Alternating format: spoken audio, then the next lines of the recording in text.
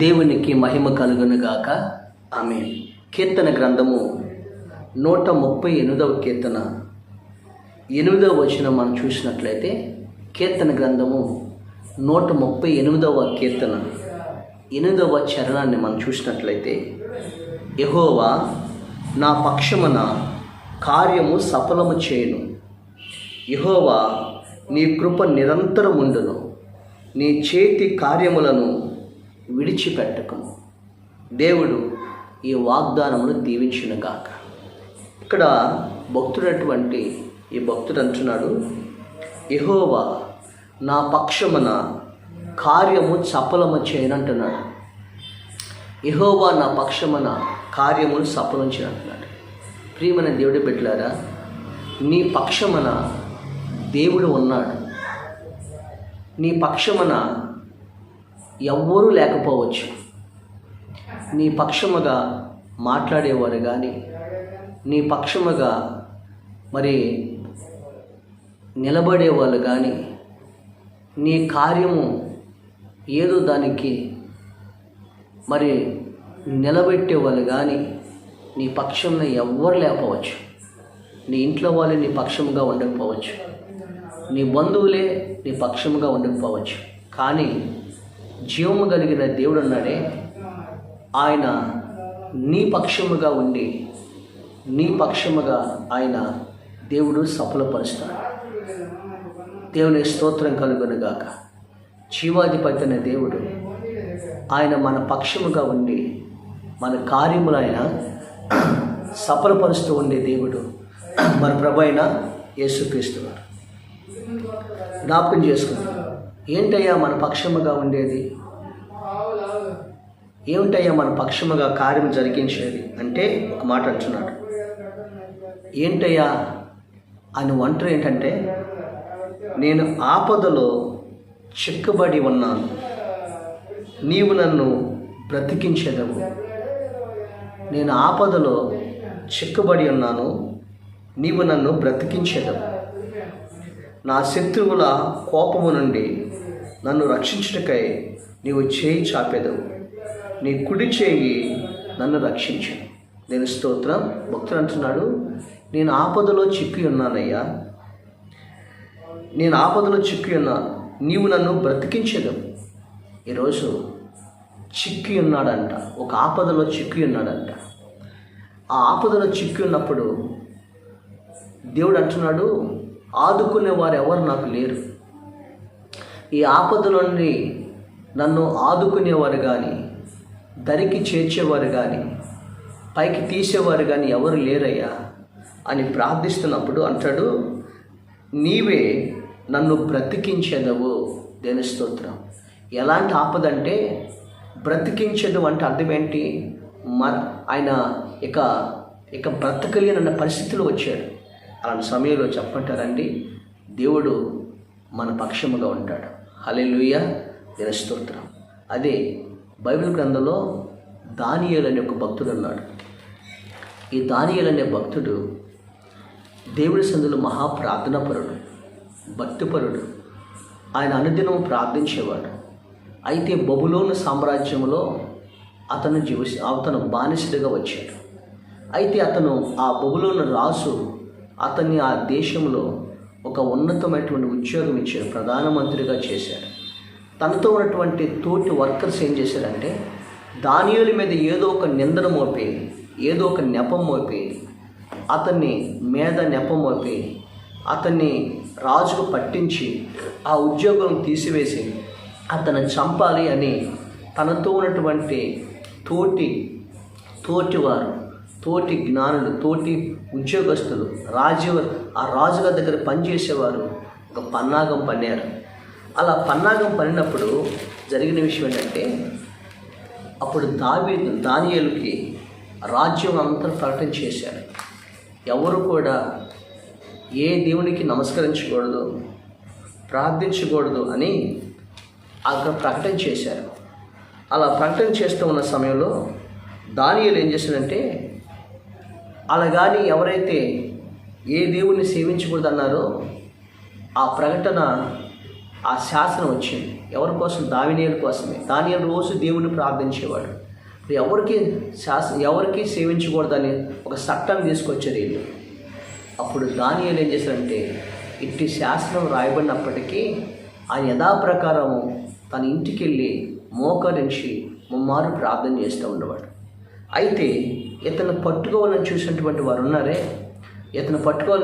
వారు ఉన్నారే, వారు ఏం చేశారంటే దానియేలు మీద ఒక నెపం మోపాలను వచ్చారు.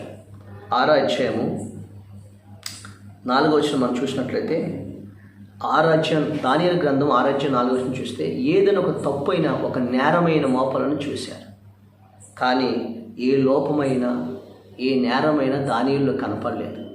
ఒకే ఒక లోపం ఉంది, ప్రార్థన చేస్తాడని తీసుకెళ్ళి రాజుగారికి చెప్పారు. రాజా, ఏ దేవుణ్ణి సేవించకూడదు అన్నారు కదా, దానియేలు తన దేవుని సేవిస్తున్నాడు. నీ ఇచ్చిన మాట ప్రకారం తీసుకెళ్ళి అతన్ని సింహాల బోన్లో పడేయించుకున్నాడు.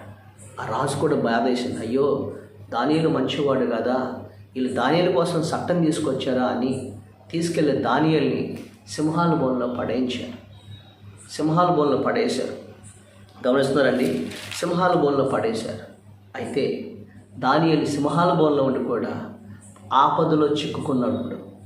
దానియేలుకు ఇప్పుడు ఆపదలో చిక్కుకున్నాడు. సింహాలు అంటే ఒక 3 రోజుల నుండి ఆ సింహాలకి ఆహారం పెట్టకుండా, నీళ్లు పెట్టకుండా కొదమ సింహాల మధ్యలో ఆ బోన్లో పడేశారు తీసుకెళ్ళి.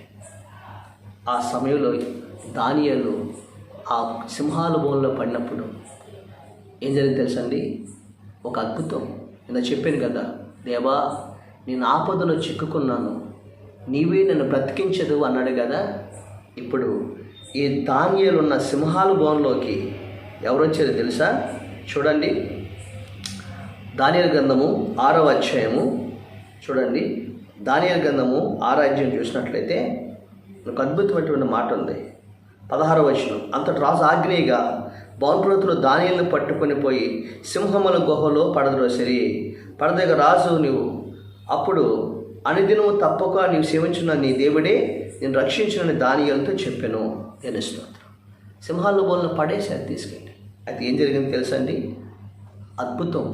ఎప్పుడైతే దానియేలు సింహాల బోన్లో పడేశారో, దానియేలు కంటే ముందుగానే పరలోకం నుండి దేవదూత వచ్చి దానియేలు దగ్గరికి వచ్చేసాడు. దేవుడు వచ్చేసాడు. అప్పుడు సింహాల నోళ్ళన్నీ మూయించాడు. దానియేలు సింహాల బోన్లో ప్రార్థన చేసుకుంటుంటే దానియేలుతో పాటు ఈ సింహాలు కూడా మోకరించి దేవునికి ప్రార్థన చేస్తూ ఉన్నాయి. రాత్రి అంతా దానియేలు ప్రశాంతంగా ఉన్నాడు. శత్రువులందరూ కూడా పండుగ చేసుకుంటున్నాడు. దానియేలు మొక్కలు చేసేసి అనుకున్నారు. తెలుసా, మన దేవుడు ఆపదలో ఆదుకునేవాడు. ఆయన మనం ఆపదలో చిక్కుకున్నప్పుడు ఆయన మనం బతికించి బయటికి తీసుకొచ్చేవాడు. జ్ఞాపకం చేసుకో. శత్రువుల ద్వారా ఆపద వస్తుందా? ఈ రోజున మనుషుల ద్వారా ఆపద వస్తుందా? ఏ పరిస్థితుల్లో నువ్వు ఆపదలో చిక్కుకున్నా దేవుడు నిన్ను ఆపదలను విడిపించి అత్యున్నతంగా దీవించే దేవుడు ఆయన మన ప్రభు అయిన యేసుక్రీస్తు.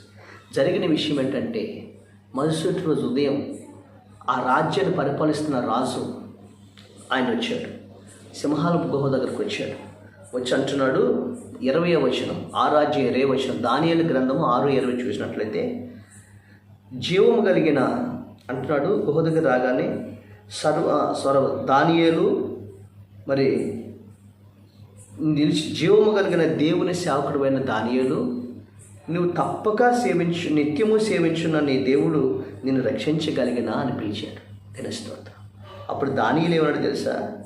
అయ్యా, నా దేవుని దృష్టికి నిర్దోషినిగా కనపడుతుంది కనుక నీ దృష్టి కాడ నేను నిర్దోషినే కదా.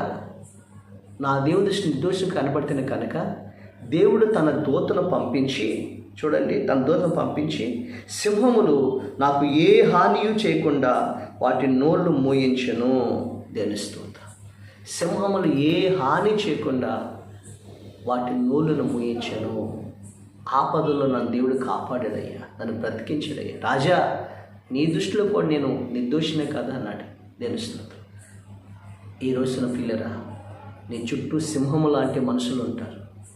నీ చుట్టూ ఎవరిని మృంగుదమని గర్జించి సింహం వలె సాతనుడు ఏదో ఒక నేరం మోపి నెపం మోపి నీ మీద నిన్ను చిక్కించుకోవాలని, నిన్ను వదిలించుకోవాలని, నిన్ను నాశనం చేయాలని, నేను బజార్కి ఏడ్చాలని, నిన్ను ఒక దోషిగా నిలబెట్టాలని, నీ జీవితాన్ని ఇక భూమి మీద లేకుండా చేయాలని రకరకాల యుక్తులు మరి కుయుక్తులు పన్నాగాలు పన్నే మనుషులు నీ చుట్టూనే ఉంటారు. అయితే దానియేలు ఏం చేశాడో తెలుసా? తను అనుదినము సేవిస్తున్న దేవుడి మీద ఆధారపడ్డాడు. ఈరోజు నువ్వు కూడా ఆధారపడ్డాడు. ఆపదలో చిక్కుకున్న దానియేలుని దేవుడు ఆ ఆపదలో ఉన్న స్థితిలోకి వచ్చి దానియేలు ఆపద నుంచి తప్పించి ఆ దానియేలును బ్రతికించి ఆపద నుంచి బయటికి తీసుకొచ్చాడు. అప్పుడు రాజు ఏమన్నాడు తెలుసా? దానియేలు బయటికి తీసుకురమ్మన్నాడు. బయటకు వచ్చాడు. ఒక అద్భుతం ఏంటంటే, జాగ్రత్త వినండి, ఎప్పుడైతే 24 వచనం చూసినట్లయితే మనం చూడండి, రాజు ఎవరైతే దానియేలుని పడదోయమని అతన్ని చంపడానికి ప్రయత్నం చేశారో వారందరినీ తీసుకుని వెళ్ళి సింహాల గుహలో పడేయమని రాజుగారు ఆజ్ఞాపించాడు. 24 వచనం, రాజు ఆజ్ఞేయగా దానియేలు మీద నింద మోపిన ఆ మనుషులను వారు తోడుకొచ్చిన సింహముల గుహలో పడదోసిరి. వారిని, వారి కుటుంబాలను, వారి భార్యలను పడదోసిరి. వారు ఆ గుహ అడుగుకు రాక మునిపే సింహములు పాలయ్యేది. సింహములు వారి ఎముకలను సైతం పగల కొరికి పాడు చేశారు. దేనిస్తున్నారు. ఇప్పుడు ఎవరు శాపం వచ్చింది? దానియేలు మీదకి వాళ్ళు వచ్చారా? వారి బిడ్డల మీద శాపం వచ్చింది. వాళ్ళ భార్యలు చనిపోయారు, వారి బిడ్డలు చనిపోయారు. వాళ్ళందరినీ కూడా అంట సింహాలు గుహ ముందు వెళ్ళక మునిపి ఆ సింహాలు వాళ్ళని ఏం చేసి చంపి ఎముకలు కూడా పొడి చేసి తినేసింది అంట. తెలుస్తుంది. ఈరోజు నువ్వు ఆపదలో ఉన్నావా? ఈరోజు నా పక్షాన్ని ఎవరు లేరు అనుకుంటున్నావా? నా పక్షాన మాట్లాడేవారు, నా పక్షంగా నిలబడేవారు, నన్ను విడిపించేవారు నాకెవరు లేరు అనుకుంటున్నావా? భయపడకు. ఇందాక 138 కీర్తనలు మనం చదువుకున్నాం కదా. ఏమన్నాడైనా? ప్రభువా, నేను ఆపదలో చిక్కుకున్నానయ్యా, నువ్వు నన్ను బ్రతికించదు, ఈ శత్రువుల చేతుల నుంచి నన్ను విడిపించదు అని ఆ దావీదు భక్తుడు చెప్తూ మనం విన్నాం కదా. 138 కీర్తన మనం చదువుకు. దాని స్తోత్రం. 8వ వచనం చూసాం. యెహోవా నా పక్షముగా కార్యము సఫలం చేయమయ్యా, నా శత్రువుల కోపం అన్నాడు, నీ కృప నిరంతరం ఉన్నాయన్నాడు. ఈరోజు నీ పక్షముగా దేవుడు కార్యం చేయబోతున్నాడు. నీ పక్షముగా దేవుడు నిలబడుతున్నాడు.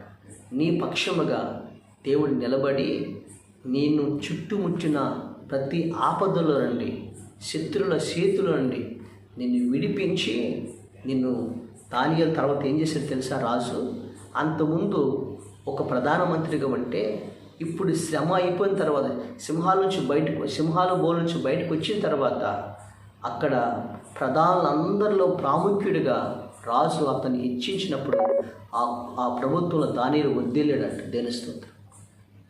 ఈరోజు నిన్ను కూడా దేవుడు వర్ధిల్ల చేస్తాడు. నీ పక్షంగా నిలబడి కార్యం చేస్తాడు. ఈరోజు నా పక్షంగా ఎవరు లేరనుకోకు, నీ పక్షంగా ప్రభువు ఉన్నాడు. నీ కార్యం సఫలపరుస్తాడు, ఆపద నుంచి విడిపిస్తాడు. ఈరోజు నన్ను ఎవరైతే చిక్కించి నీ ఆపదలో చిక్కటానికి ప్రయత్నం చేస్తున్నారో వాళ్ళు తవ్విన గోతులో వాళ్ళే పడతారు. నువ్వు నిర్దోషిగా బయటకు వస్తావు, నీ నిర్దోషిగా నిలబెడతాడు. అనేకులకు దేవుడు నిన్ను ఆశీర్వాదంగా దేవుడు నిలబెట్టబోతున్నాడు. దేవుడు ఆ విధంగా ఆపదల నుంచి నీ పక్షముగా కార్యము తప్పించి నీ పక్షముగా దేవుడు కార్యము సఫలం చేయనుగాక. ఆమేన్. పరిశుద్ధుడైన మా తండ్రి, మీ స్తోత్రాలు చెల్లిస్తాం. ఈ వాక్యం ద్వారా నీ బిడ్డల ప్రభువా, నీ బిడ్డల పక్షంగా నిలబడండి. ఎవరు లేపని మీరు నిలబడి ఆ బిడ్డల పక్షంగా కార్యం సఫలపరిచి దీవించమని యేసు నామమున అడుగుచున్నాము తండ్రి. ఆమేన్.